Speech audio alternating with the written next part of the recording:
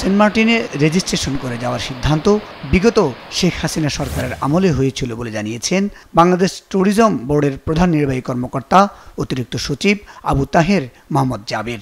তিনি বলেন, প্রতিদিন ১,২০০ পর্যটক রেজিস্ট্রেশন করে শিডিউল মতো যাওয়ার একটা সিদ্ধান্ত হয়েছিল গত সরকারের আমলেই, কিন্তু এখন এটা এই সরকারের উপর চাপানো হচ্ছে। শুক্রবার বেলা ১১টায় মৌলভীবাজারের শ্রীমঙ্গলে টি ভ্যালি রেস্টুরেন্টের হলরুমে স্থানীয় tour operator and tour guide ও স্থানীয় স্টেক হোল্ডারদের প্রতিনিধির সাথে বেসামরিক বিমান পরিবহন ও পর্যটক মন্ত্রণালয়ের বাংলাদেশ ট্যুরিজম বোর্ড কর্তৃক আয়োজিত পর্যটক শিল্পের বর্তমান অবস্থা ও করণীয় শীর্ষক সেমিনারে প্রধান অতিথির বক্তব্যে এমনটি বলেন তিনি। ২০১৯ সালের ২৩ এপ্রিল বিভিন্ন সংবাদ মাধ্যমে সেন্ট মার্টিনে যেতে লাগবে অনলাইনে নিবন্ধন এমন একটি সংবাদ দেখা যায়, যেখানে উল্লেখ করা হয় আগামী মৌসুমে সেন্ট মার্টিনে যেতে চালু হবে নিবন্ধন। পরিবেশ অধিদপ্তর ও কক্সবাজার উন্নয়ন কর্তৃপক্ষের চেয়ারম্যানের বরাত দিয়ে সেটি বলা হয়।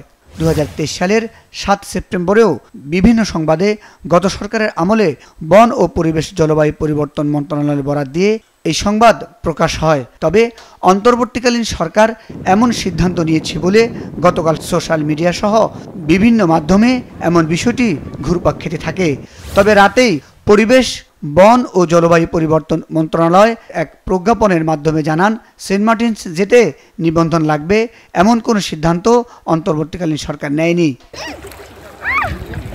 দক্ষিণ বঙ্গোপসাগরে অবস্থিত বাংলাদেশের কক্সবাজারের মধ্যে একটি ইউনিয়ন সেন্ট মার্টিন একমাত্র প্রবাল দ্বীপ। সেন্ট মার্টিনস দ্বীপের আয়তন প্রায় ৮ বর্গ কিলোমিটার ও উত্তর দক্ষিণে লম্বা। সাগরের সুনীল জলরাশি, নারিকেল গাছের সারি, বালুময় সৈকত ও প্রবালের প্রাচীর এই দ্বীপকে দিয়েছে স্বর্গীয় সৌন্দর্য। তাই অল্প সময়ের মধ্যেই এই দ্বীপ হয়ে উঠেছে পর্যটকদের আকর্ষণের অন্যতম কেন্দ্রবিন্দু। মুজাহিদ সাকিব, মাছরাঙ্গা নিউজ ডেস্ক।